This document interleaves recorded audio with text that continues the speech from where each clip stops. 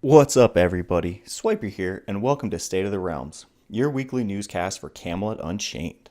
Today, I'll be reviewing the weekly wrap-up for May 10th, 2019. Like always, I would like to touch on some of the top 10-ish items and end with a few questions asked. But before I get started, I want to talk about some of the announcements made earlier in this stream. As you probably already know, there will not be any testing this weekend. It sounds like what they want to do is iron out some of the new bugs that they found when implementing new code. Hopefully next week we'll be able to jump in. Also, one more announcement here. They're going to do a big mage presentation. So if you're interested in mages, have any questions about mages, or just are downright thinking about playing a mage, please jump into the next wrap up because they're going to go over everything. Well, I think everything. Everything to a point where you can ask them anything and they're going to fire back at you. With all that said, let's talk about some of the tech items. The first item I want to talk about are doors.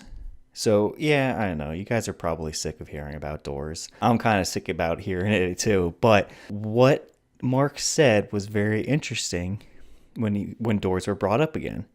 He basically said something like, hey, and when we're done with doors, I'm sure you all know what's going to happen next. And he wouldn't give an actual hint for it, but I have to imagine it's got something to do with gameplay. Maybe we'll be seeing keeps with doors rather than just seeing a huge keep like we've been seeing with the cherry keep. All right, and number 2, projectile optimization. So for those who have been following me, you know this has come up prior. And for those who are new, this is essentially the pathing projectiles take. So for example, if you fire Siege engine and you're watching the pathing that what your projectile goes to, they're essentially making this better. Now, when I was testing, I didn't really see anything kind of crazy or wacky, but yet I didn't do a lot of extensive testing.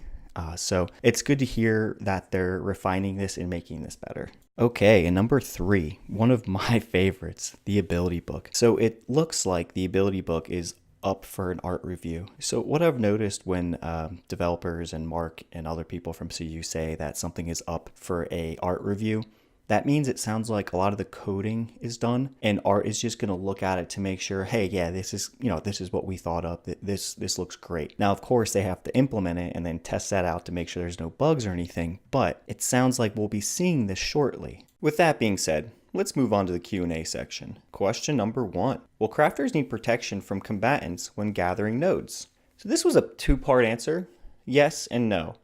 So let's start with no. No in the sense of when you first make your crafter, you're going to need somewhere to go safely to start gathering nodes so you can begin crafting. Now, once you get a little further on with your crafter, you're going to have to start getting nodes that aren't in safe areas. So therefore, you will need your combatants. So depending on, the balance of how long they'll let you stay there and excel and, when they're going to kind of force you to go out there. But which makes sense because crafters are an essential part to this game. And you need the crafters' combatants to really work together to make a crafting system like this work. Okay, moving on to the next question. When will we get a first pass on rezzing, self-built structures, and respawning? So this was a great question. A lot of these questions have been asked and we haven't been getting a lot of information on it. So this time around we got a little bit more. So for rezzing, we didn't really get anything on it. Basically saying that, this wasn't on schedule and he's not sure when we're going to discuss this. Building rule sets, they said they haven't talked about it a lot, but what they have discussed is using some type of block count system. And also he made a comment about relying on the GMs and the players in the community for this. And for the last one, respawning, which is a huge topic. Respawning, he basically said that he reviewed a document recently.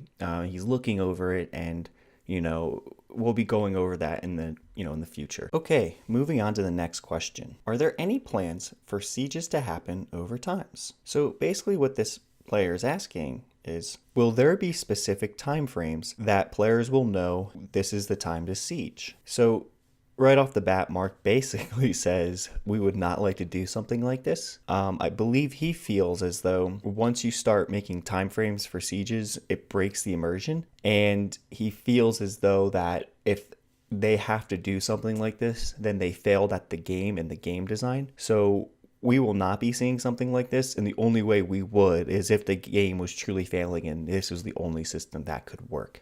And for the final question, is Camelot Unchained still set to release in 2019? So off the bat, I'm just going to straight up tell you guys, I don't want to be that dude that hangs on every word he says and overanalyzes everything. So let me just go over what he says. He basically says that yes, we're still on track for 2019. And if something changes, he'll let us know as soon as he knows. He's very happy with how building destruction is going, and he thinks it could use some improvement, but he's happy with it. He also mentioned something about having luck with the hiring decisions as well. So like I said, I'm not going to hang on every word he says, but it sounds like from prior, broadcasts that he's had, it's going to be slated for winter. But I also know he said some things along the lines of, well, hey, as long as nothing big happens, we're still set for winter. And he also says that when he says these things are not set in stone. So obviously they are subject to change. So